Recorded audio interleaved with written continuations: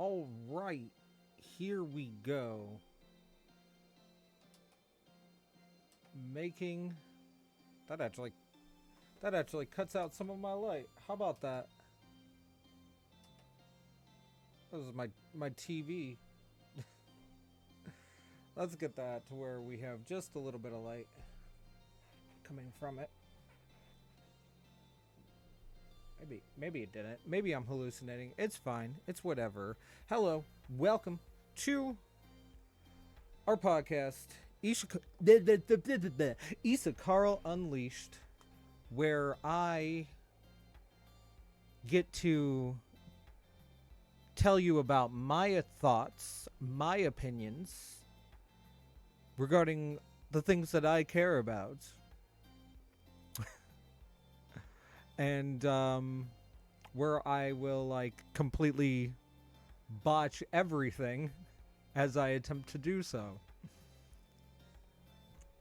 So I'm trying. We're gonna do a long episode today because this is a particular topic I'm passionate about. I think I'm really getting into it. And so I don't think 5 minutes is really going to convey everything that I'm going to try to convey. So, I'll know how long this is going to be. I also don't know if I need to turn down my music or not, because it seems like it's getting a little bit louder than what we agreed to. Music.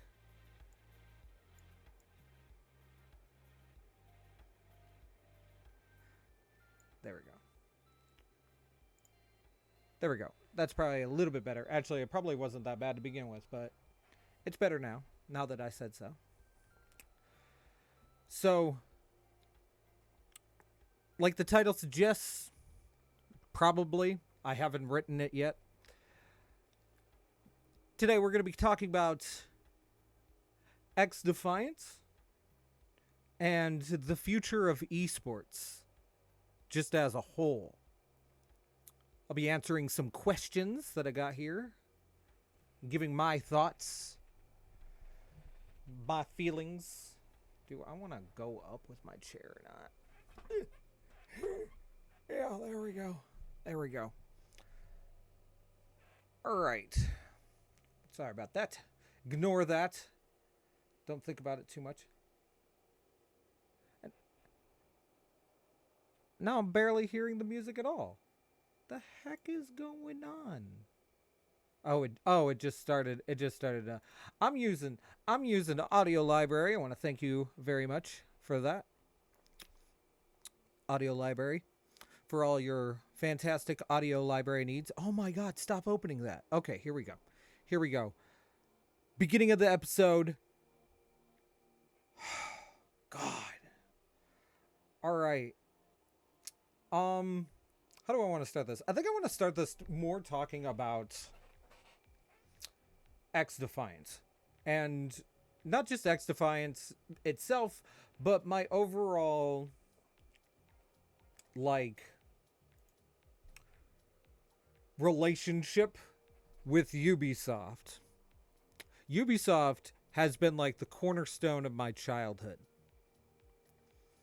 Like, I wouldn't say like the earliest game I could remember playing, because it's clearly not. I would say that the earliest game I could remember playing is some game I don't even remember what it was on Sega. That's the earliest game I could remember playing. But in terms of like just sheer longevity, I had played the Prince of Persia games for PlayStation 2 avidly, extensively. I think I played and beat the first one roughly 5 times because I just had so much fun with it. So yeah, you can imagine that when Assassin's Creed came out, that I literally hopefully they don't mind me swearing, lost my shit. It's not even like I got up to being able to be monetized anyway, so it doesn't even matter. I can swear. I'm not going to lose any money. Ha! But, Yeah, so when it came to Assassin's Creed, like I just absolutely loved it. Loved it. So I'm actually over on like the Ubisoft website and I'm gonna actually show my um my little Ubisoft profile thing. Says I've been with them for 11 years. This is not true because like I said I've been messing with it for so long, but on this account it's only been a little bit over a decade because I started this account, I want to say PlayStation 4.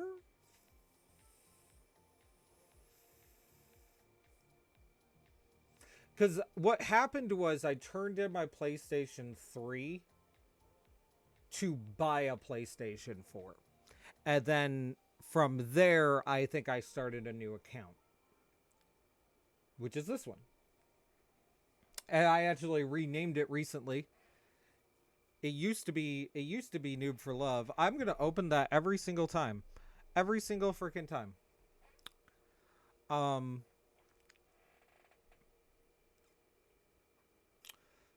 so what actually has me like, one, I had played the beta, the open beta for when it popped up on PlayStation 5 like a month ago. I only managed to get like a couple hours in. I should have made content on it, but I didn't, like an idiot, right? Um but I'm actually pretty excited for this because I liked the feel of the game overall. Um but I'm actually particularly excited about it because one of the things that I absolutely love about the Ubisoft games is that they interconnect.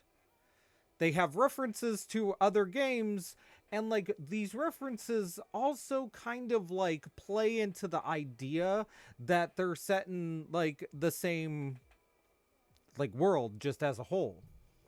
Timelines even, right? A good example we can kind of pull from the where phantoms come from. We can pull from Ghost Recon, right?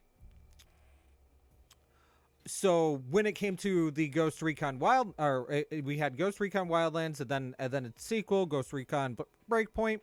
Both of these, um, Fisher makes a cameo, which not only places Fisher in these games. Actually, he was like an integral part to. I mean, he was a decent part to Wildlands, but he was an integral part to the story in Breakpoint. But it not only puts him there, but it also puts Echelon as a whole there, right?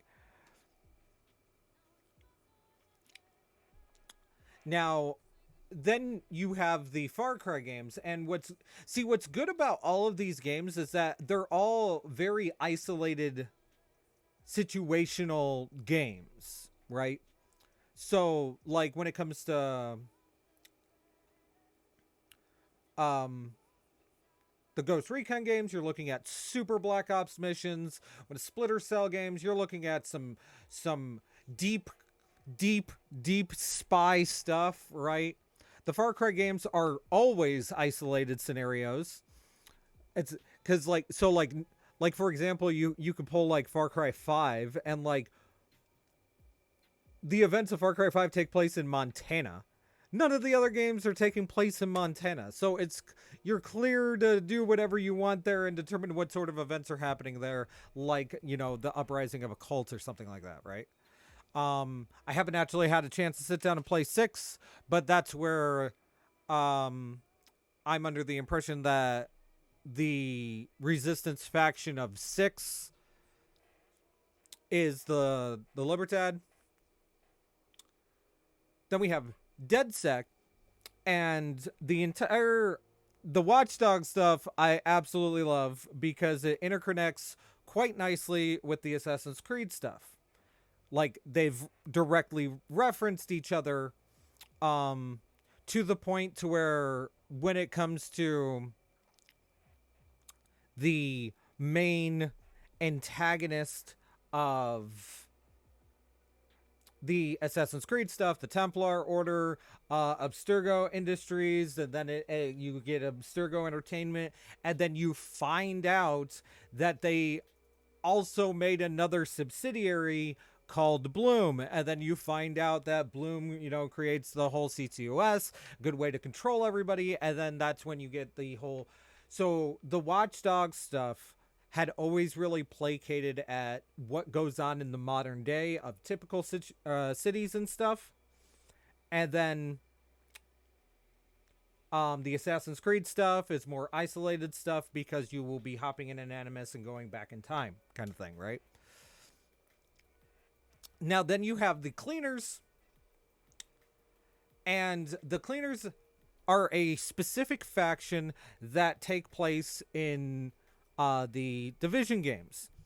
Now, the thing about the Cleaners is that, or actually the Division games as a whole, because the event was so catastrophic, the Division games needed to be their own timeline, right? Because if they weren't, they would, because of that event that happened in Division, it would have grossly affected the other games accordingly. But this is where I like to personally theorize where XDefiant comes from. Because, okay, so let's say we have this other timeline where the events of Division take place. What are the other factions doing? Because the only you get a handful of factions in Division, like that are original to Division. The Division, like, faction itself, but it doesn't really drop, Ghost Recon, DedSec, Echelon. It doesn't really do any of this, right? So that's what I like to think about this particular game. This is what these factions are doing in this other timeline. These extensive firefights for trying to control territory, get resources, whatever. This would make a lot of sense for this given timeline on what these factions are doing. And all this stuff is like super awesome to me, so that's why I could talk about this forever. But I should probably get back, rein it in a little bit, right? And actually talk about esports as a whole, because I am strongly seeing XDefiant being a huge contender in the esports, like, gaming stuff going forward, because it beautifully took the fast-pacedness of the older school Call of Duty games, gave it a little bit of twist. They kind of went about it in like a content creator direction. They did the what I remember Ludwig making a video about it. I think he called it like the Poland twist or the Yankin twist, to where like you take the thing and then you twist it. You do something with it to where it's not quite stealing. But this game has super early old school multiplayer Call of Duty vibes. I'm expecting FaZe Clan to hop up out of the woodwork and just like start bulldozing through this game. But what I really want to address is, like,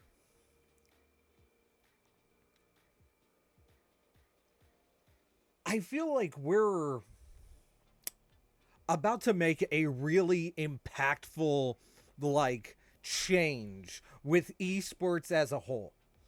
I'm kind of expecting a huge, I don't know if resurgence would be like the best word for it, but there's going to be like almost like an esports uprising. PlayStation is making it easier than ever to be able to set up esports stuff. Now, I'll say it. It's not doing the greatest. Really, doggo? You don't need to be jingling over here. Thank you. Um yeah, I'm not saying it's the greatest because I mean like oh my god, the players are absolutely phenomenal. I've watched a couple of games and stuff and it's been really good, but like the feel of it, it's lacking the energy that usually comes with esports, actually just sports in general. And I think it's like really starting to like be noticeable, right? It's not quite there yet. Ghost, lay down. Cat, take Ghost. Thank you.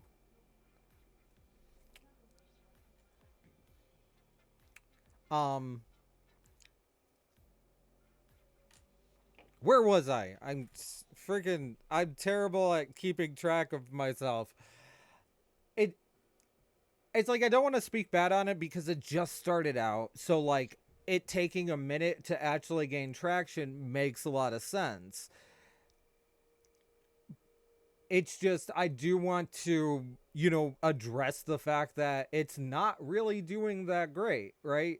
We've definitely seen better from like I mean like shoot, you can pull up like casuals of like League of Legends and it seems like it gets more audience time and stuff than what this PlayStation Esports has been getting. I do think that XDefiant is going to help tremendously, but I also feel like we're missing we're so like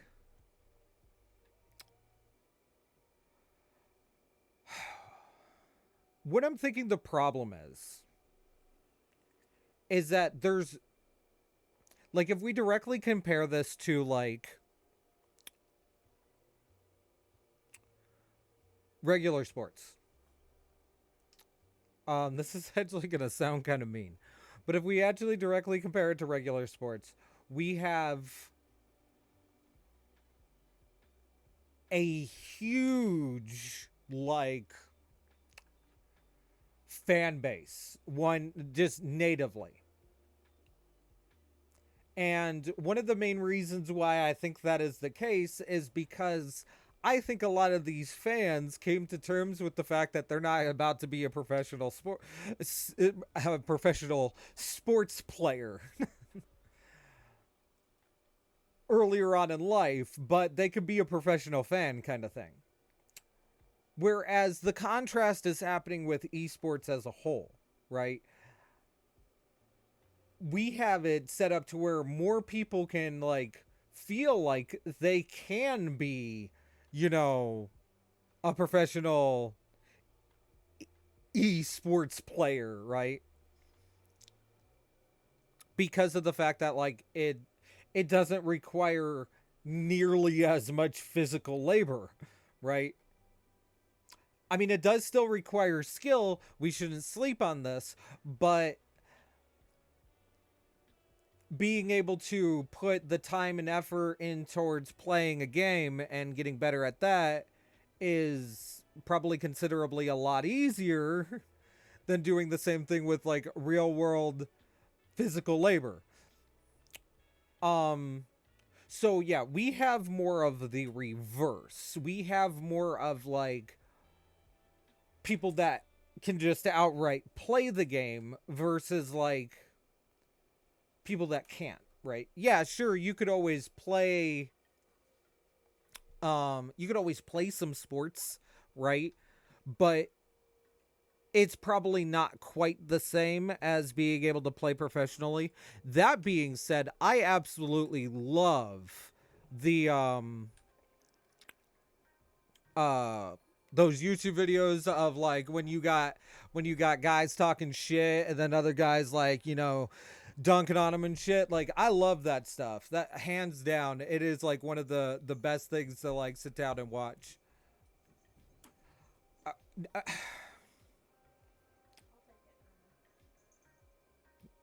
can you guys just like go in the back?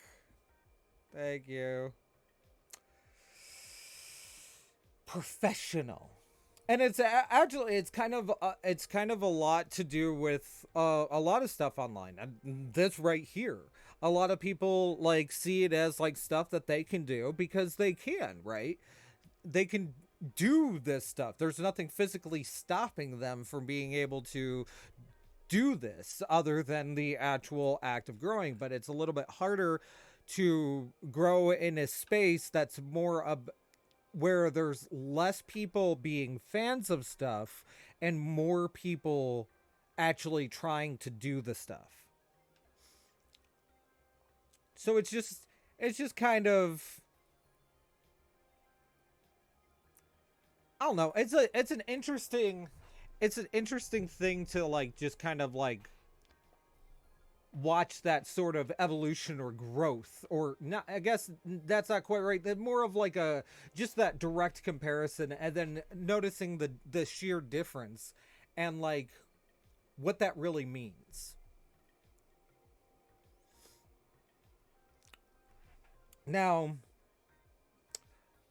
another thing about esports is that there's only certain games that really qualify,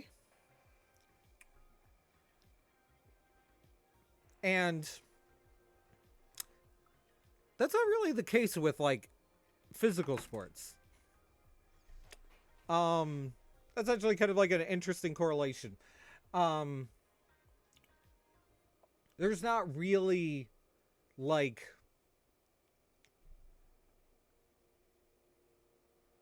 stuff that doesn't qualify all that much. I mean, like, I guess more old school, like jousting. We don't really have many jousting competitions to that degree. I do remember there was this one, like, show that was trying to build up the reputation of, like, Renaissance jousting, and it was actually a really good reality TV show. If I could remember, I'd tell you to check it out. But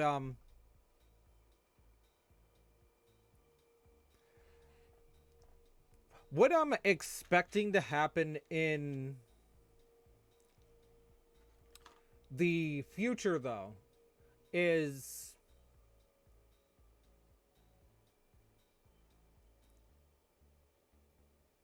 just more general teams, more the entire space of esports as a whole, just increasing exponentially.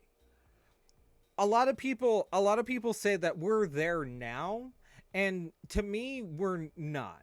To me it's a pale imitation at what it's going to be, and that, to me, that's saying a lot. That actually is saying a lot, because like how I just see everything going in the future, we're looking at like, I mean, I see it to where like you'll have people that are like, or you'll have teams that are just every it's hard to explain. It's like everything that happened in the past, I'm just expecting to just magnify in the future. I'm expecting teams everywhere. I'm expecting maybe even like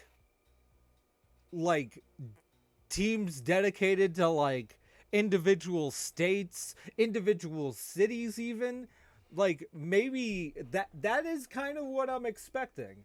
That is kind of what I'm thinking, is that we will get really borderline. This, it will affect, like, effectively become a sport. um I think the main reason it we have like the biggest discrepancy is lag. in real life sports you don't have to deal with lag, but in when you trying to like do some like world changing stuff, lag is just too terrible. That's why I understand why they do all that local stuff and stuff like that, because like that's just the best way to get past that. um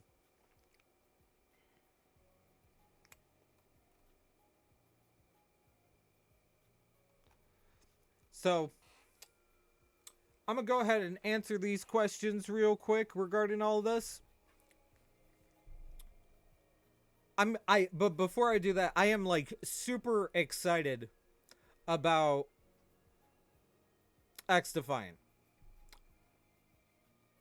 I mean, I really think I think a lot of people are gonna come out and like realize, okay, hey, this is my game. Like I've tried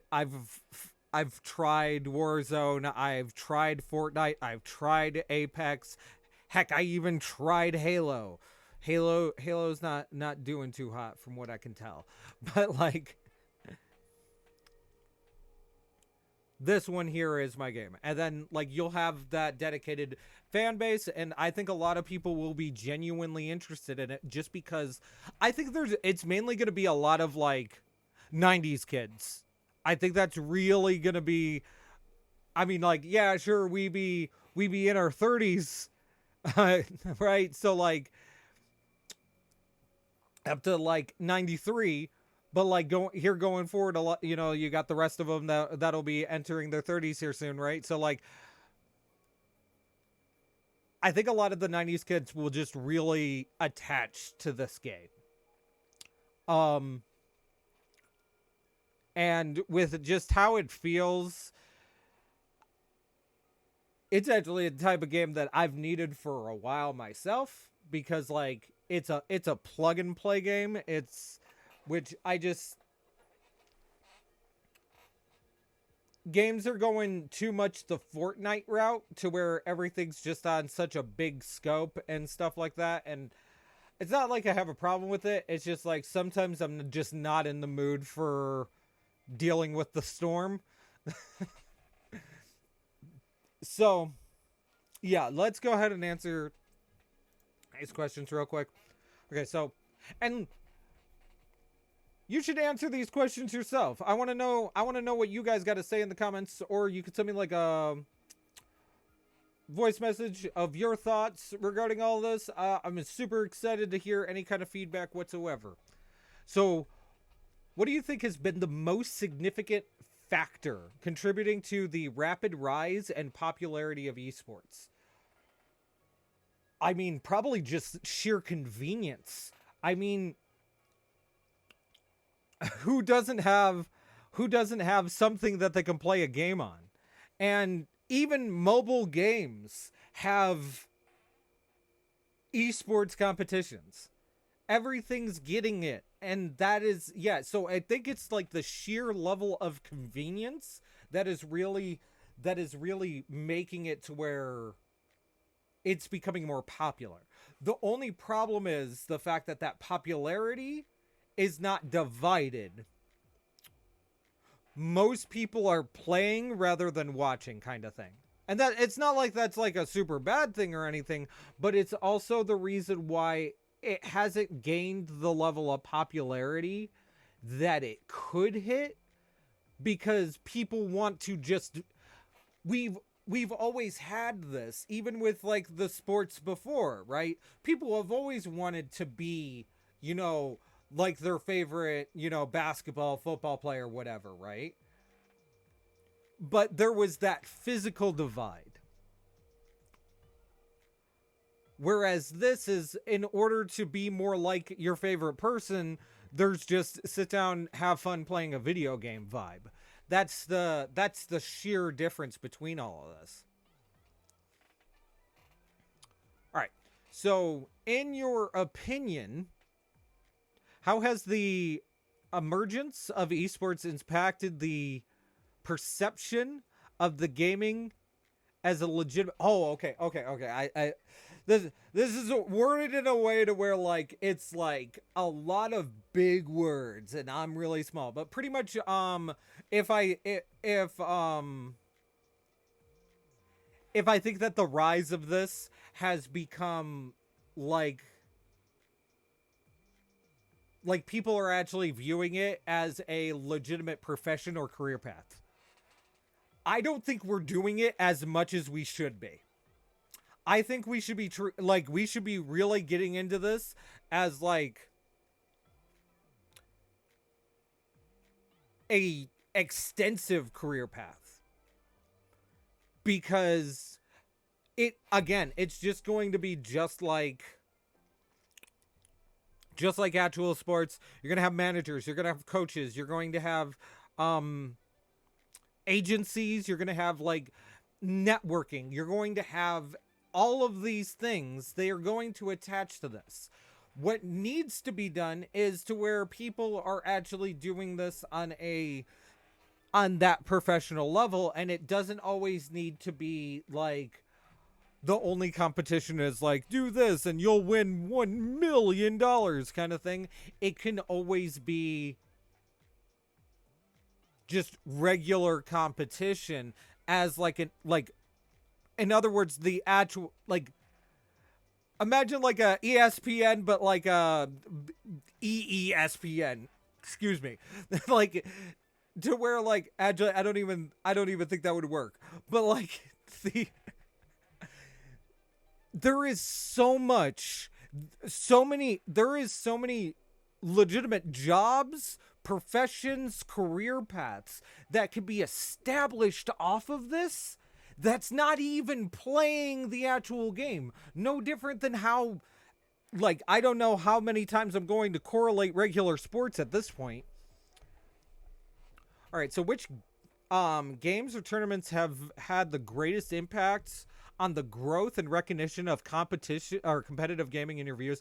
Easily Call of Duty. Halo established a direction that like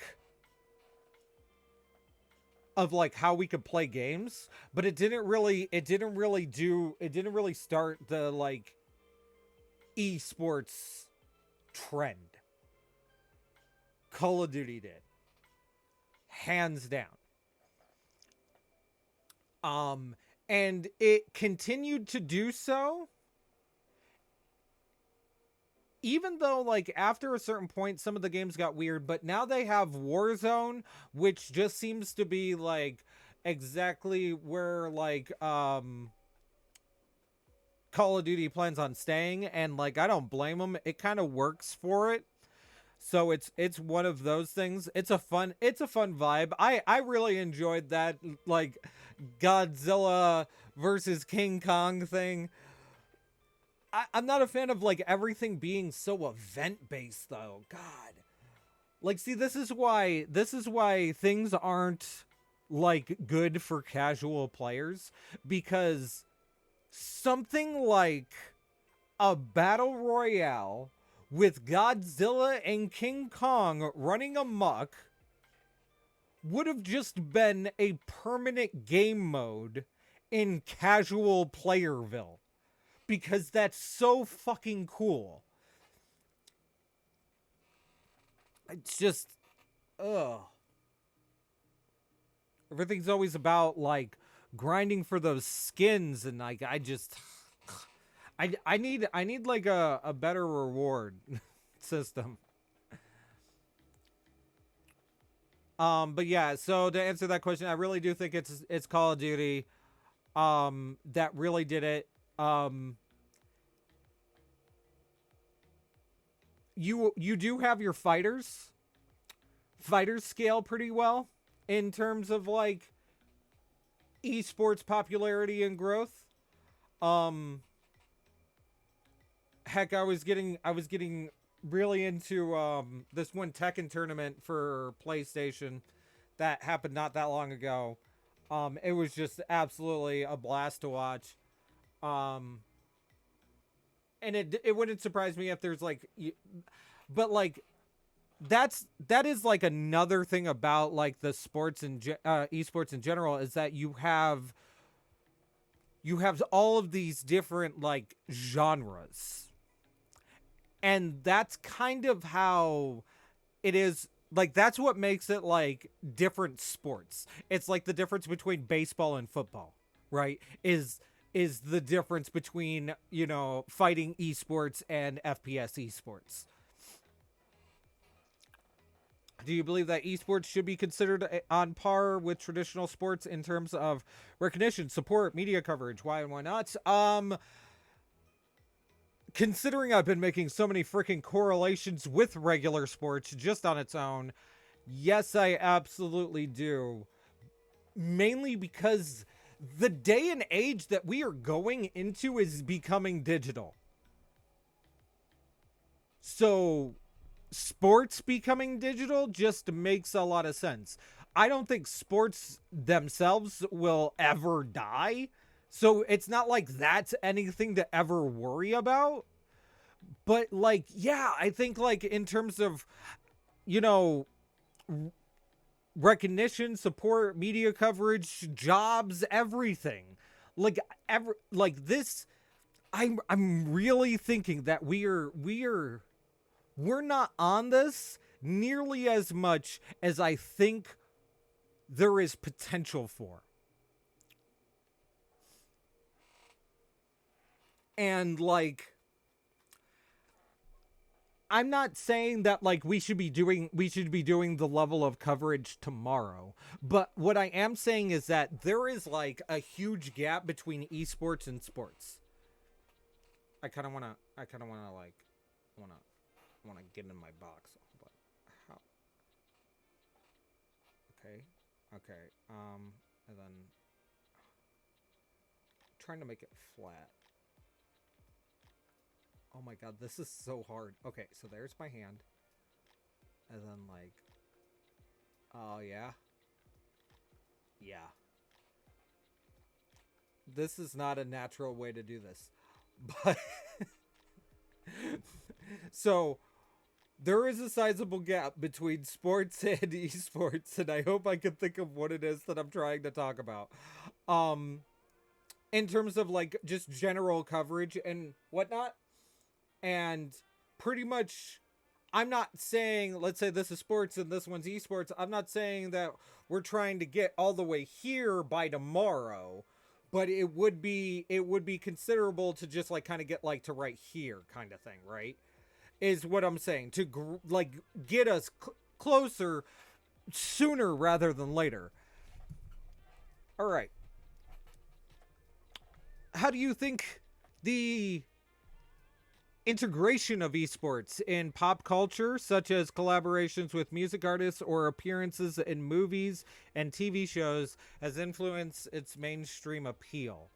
Um, I mean, like it gets me almost every time. I mean, when it came to the old school Call of Duty ads would have like famous actors in it, and like that would kind of like, okay, I kind of want to mess with Call of Duty. Yeah, I think it happens a lot.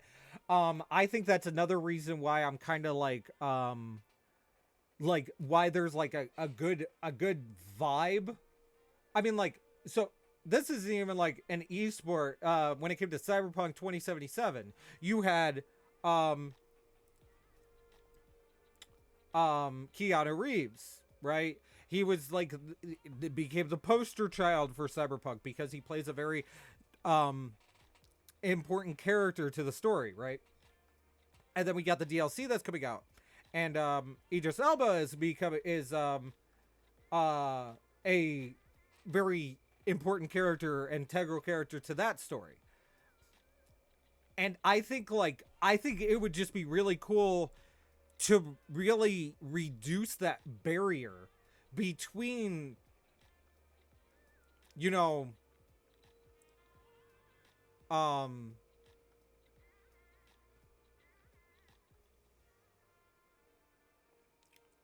like actors and whatnot. And then you have all of Fortnite, like all of it, right?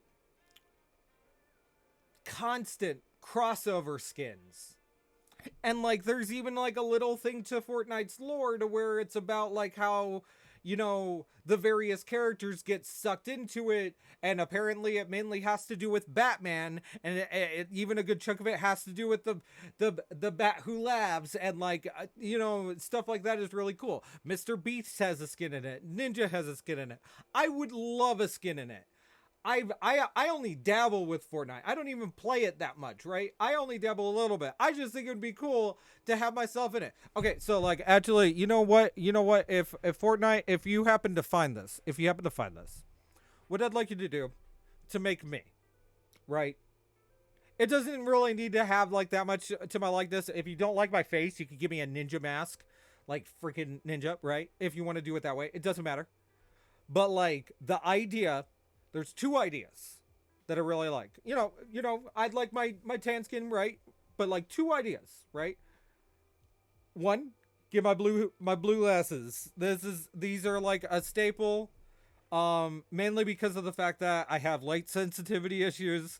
Um, so these are a staple.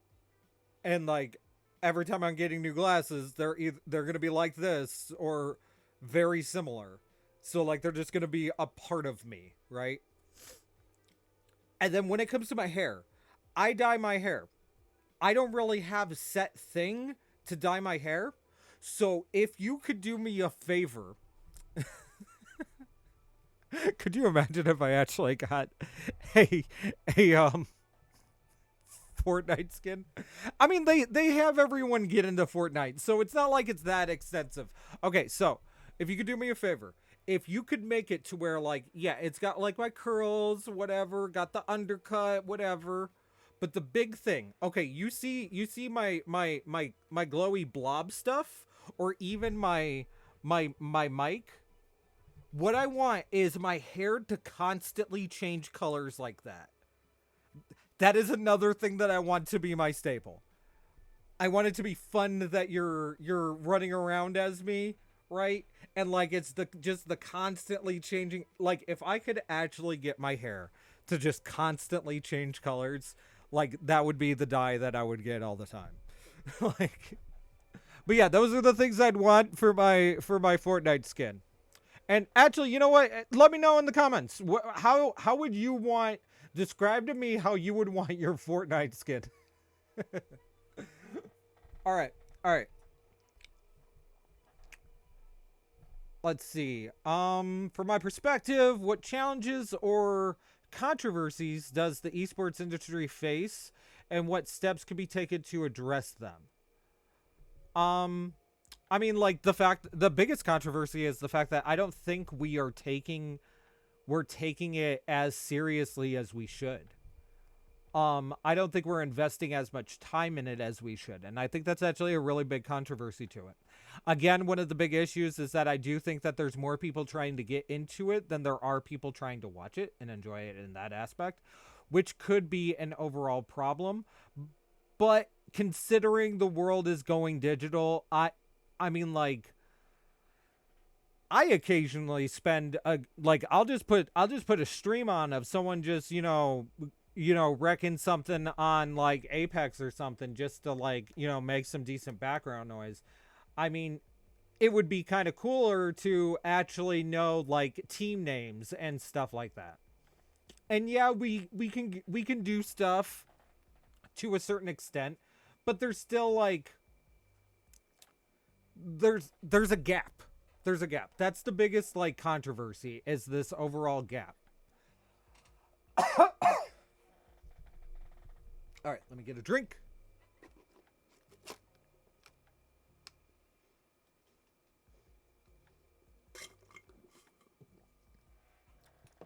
I was thirstier than I realized. I'm about to burp. All right. Fantastic podcast episode. The one where he burps. All right. So, I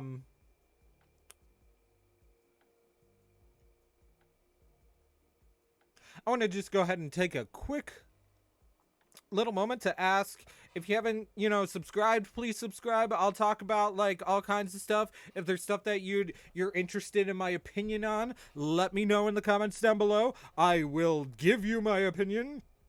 Um if you're a content creator, and if you want to network, if you want to, or actually, it doesn't even need to be full on network. If you want to just like spitball strategies, I'm down with anything to like just genuinely communicate and figure out like growth and stuff like that. I'm actually diving into digital marketing and e-commerce to where I'm getting a general idea of how to actually help my stuff grow the way I need it to grow. So like, I'm super excited about that, and maybe you want to pick my brain on that. I got a good chunk of like marketing ideas and strategies in that aspect, and maybe I can help you. So yeah, just let me know in the comments or whatever, and like yeah, let's figure some stuff out. Let's grow, right? Right. Okay, so I just got a few more questions.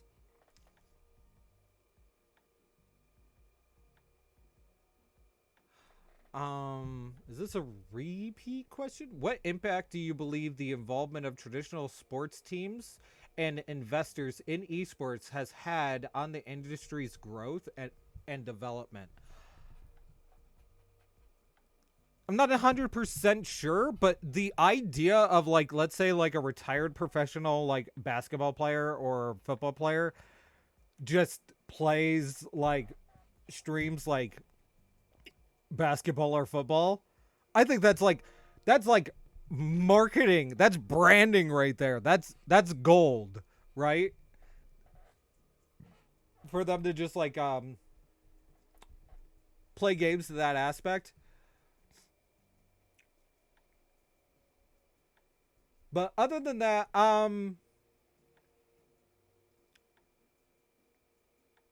I think the big thing that really needs to be established is like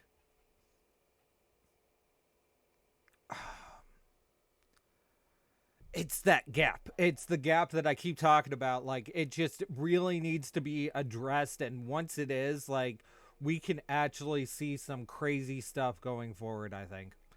Do you think esports can become a sustainable and viable career option for aspiring gamers? Had that question kind of. What opportunities and challenges do you see in this regard? Absolutely. And the thing of it is, I see this as an opportunity for not just gamers, other people as well. You know what? Like if I had money, let's say if I had money, I would buy a team, right? I would buy an esports team. And like I would try to do my absolute best to like market and brand them and push them and stuff, so that way that they can do their thing, because I ain't gonna be an esports player, probably not, but like I could at least build a brand regarding it. I about guarantee it. So yeah, that would be something I think would be absolutely fantastic. Yeah, so I think these things are viable career options, and it has nothing to do with whether or not you even want to get into the gaming industry as a whole. I think everything wrapping around it can be a viable career path. Oh, but in terms of like that checks out opportunities, but in terms of challenges, um I think more people gotta want it. I think more people gotta want it. I think more people gotta put in that effort, and more people gotta want it. In your opinion, how has the accessibility of streaming platforms and online communities impacted the growth and engagement of esports audiences? I feel like this is actually like I feel like a lot of people get into like playing the games, but not a lot of people get into esports as a whole. So like in other words, you might get less fans of esports because of this. and then you get less players into esports because of this, because people are they'd rather just be having fun with the game at home than watching someone play the game that's that next level, or what have you. That's where I feel like streaming has like kind of impacted things. But I do think like if we could like build a like online community that's really pushing this sort of direction for our content creator streamers to go. I mean, could you imagine an entire channel dedicated to someone's rise into esports like history, right? Like, we need more of that, not less. All right, and last one. Looking into the future, what advancements or challenges do you envision for the esports industry, and how do you think they will shape its trajectory? What advancements or change? Oh, changes, not challenges.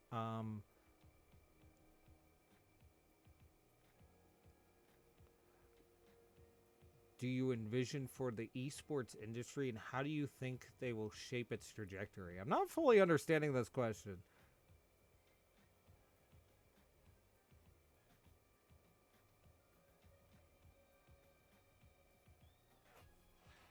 I also feel like I might have already answered it and just not realizing what the question is. Oh, like the big. Okay, so I think I got it. Yeah, like I've been saying, I think like the biggest advancement that really needs to, and like just change in general, is just how we view esports as a whole. Like, I just think like as like in terms of like,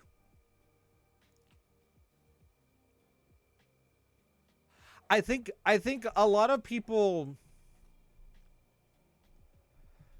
too many people might have romanticized it at the wrong time, and then too many people might have like criticized it at the wrong time. And like that's what I think has been like the biggest, like, I guess goes back to the earlier question. That's what I think has been like the biggest like challenge. Because once this mindset was established, it just became very difficult for like um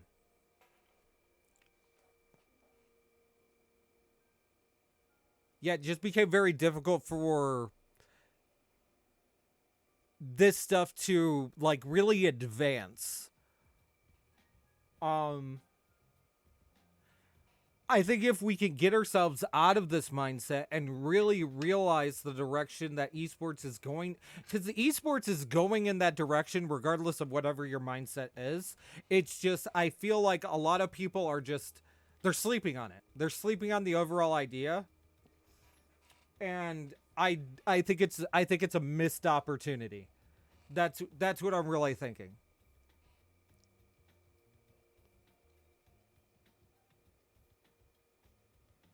But yeah, I hope you guys enjoyed this episode of my thoughts regarding all of this. My big podcast episode after I just said that I was going to reduce things down to like 5 minutes, but I really wanted to talk about this, especially when I made an episode talking about like the direction of gaming as a whole, which I still stand by. I stand by that direction because like too many of them are like trying to develop games that are just constantly made. The the development of games I'm concerned about because of like it doesn't feel like it's really catering towards the casual player. But when it comes to the games that are meant to be esports, right, stuff, this is where I think like this is when we need to like focus all of our esports attention to. I don't think it necessarily needs to be the case for like, the casual game player and stuff like that who has no intention of going into esports, something like that, right? But Yeah, so yeah, this was my long episode. I don't know if I'll end up doing this again. I don't know if I won't. I think I'm just gonna try to do podcast episodes however I see fit, and like hope for the best. Hope that this doesn't like ruin anything for anyone. I don't. I don't know what I'm doing. I'm gonna be honest. I have no clue. If you made it this far, that's what you get to know. I have no idea what I am doing for my podcast direction. That's why I'm trying the different things. I thought by not having a particular like what is it a particular like theme, topic, niche, that it would be easier on me. And for the most part it is. Being able to talk about whatever I want to talk about is very easy to like, it comes naturally to me. I mean, I just rambled on about this stuff for like almost an hour, right? But the problem is like, if I don't always know what would make like a good like podcast episode. I don't know how to make episodes in that regard. And then I don't know how to like, if things look good, look pretty for the podcast episode for when you're doing like the video stuff. If this is good enough for that or whatever. Right? I don't know, right? And you know, it's nerve-wracking because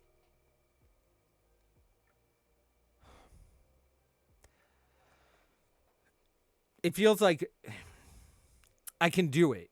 If I know I can do it. But like, I just don't know what I'm doing.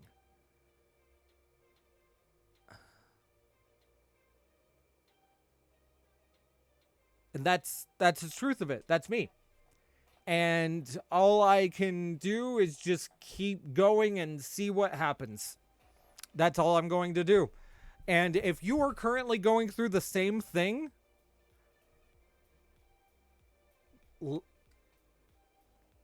let me know. Let's talk about it. If you're going through the same thing, know that like, just do it. Do what you can. And just see if we figure it out. Love you guys. Bye.